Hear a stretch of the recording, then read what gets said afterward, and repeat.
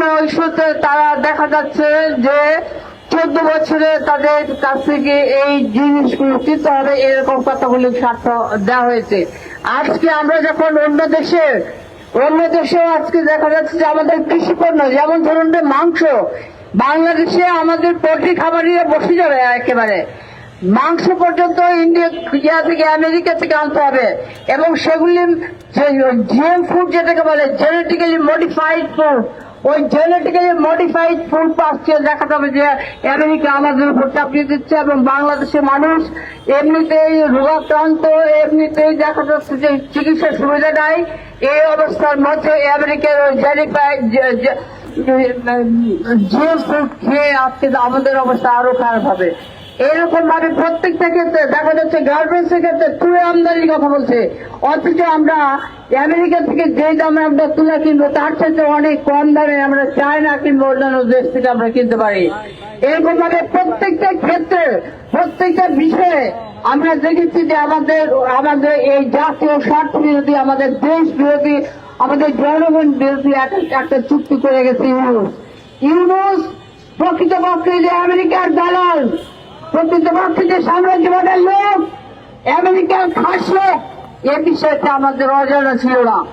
কিন্তু যারা গণ অভ্যুত্থান করেছে 24-এ, সেই ছাত্ররা কেন ইউনুসের নাম নিয়েছে, এটা এখন আপনাদের কাছে পরিষ্কার। আমি মনে করি এই বিষয়ে এটা ব্যাখ্যা করার কোনো দরকার নেই। আর সেই ইউনুস আজকে মার্কিন সাম্রাজ্যবাদের সর্বোচ্চ স্বার্থ সে দেখেছে, আমাদের জাতীয় স্বার্থকে পিছিয়ে দেয় প্রত্যেকটা ক্ষেত্রে, বাণিজ্য ক্ষেত্রে, সামরিক ক্ষেত্রে, অর্থনৈতিক ক্ষেত্রে, সমস্ত ক্ষেত্রে আজকে মার্কিন সাম্রাজ্যবাদের স্বার্থকে আজকে বাস্তবায়ন করে গেছে। বন্ধুরা, এই অবস্থায় মিলছে আজকে আমাদের জনগণ আজকে ঈদ করছেন, রোজা করছেন, কদিন পরে আমাদের ঈদ। এই অবস্থার মধ্যে আমরা এই জাতীয় স্বার্থ বিরুদ্ধে আজকে দেশ ধ্বংসকারী এরকম একটা চুক্তির বিরুদ্ধে আমাদের কি কথা বলতে হচ্ছে। বন্ধুরা, আমরা বলতে চাই, সরকারের প্রতি আহ্বান জানাই, খুব দুঃখজনক ব্যাপার হলে সত্য, আপনারা দেখেছেন পররাষ্ট্রমন্ত্রী খলিল, এই খলিলকে সেটাও আরেক ইতিহাস আপনারা জানেন, সেও আমেরিকার আরেক খাস লোক, তার সে তত্ত্বাবধায়ক সরকারের উপদেষ্টা ছিল। তাকে কেন আজকে বাংলাদেশের পররাষ্ট্রমন্ত্রী করা হলো? এই কারণেই করা হয়েছে বলে আমরা মনে করি, সে যেহেতু আমেরিকার খাস লোক, সে কারণে তাকে করা হয়েছে পররাষ্ট্রমন্ত্রী।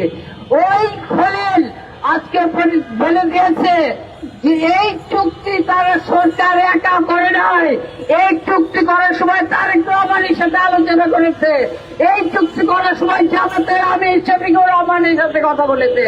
তাই আজকে যে আমরা বলছি এই চুক্তি বাতিল করার দাবি আমরা করছি, দেশের স্বার্থে অবশ্যই এই চুক্তি বাতিল করা উচিত। কিন্তু আমরা পাশাপাশি আমাদের মনে এটাও প্রশ্ন জাগে, যেই তারেক রহমান, শফিকুর রহমান তাদের অনুমতি নিয়ে সরকার এই চুক্তি করেছে, তাহলে আজকে সেই সরকার সত্যিকার অর্থে এই চুক্তি কি বাতিল করবে? এই ব্যাপারে সন্দেহ কিন্তু অবকাশ আমাদের থেকেই যায়।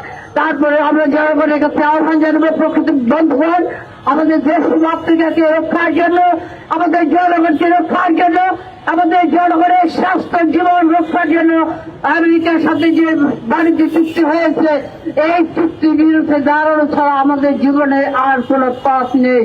আমাদের সত্যিকার অর্থে আমাদের দেশকে বাঁচানোর জন্য এই চুক্তি বাতিল আমাদের করতেই হবে, এবং বাতিল না করলে আমাদের এই সরকারের বিরুদ্ধে আন্দোলন করবার জন্য আমাদের প্রস্তুত থাকতে হবে। এই আহ্বান জানিয়ে আমি আমার বক্তব্য শেষ করছি। সবাইকে ধন্যবাদ। লাল সালাম। সংগ্রামী সাথী বন্ধুরা, গণতান্ত্রিক ঐক্যফ্রন্টের এই সমাবেশে এখন বক্তব্য রাখবেন বাংলাদেশ জাসদের কেন্দ্রীয় কমিটির স্থায়ী কমিটির সদস্য ডাক্তার মুস্তাক হোসেন।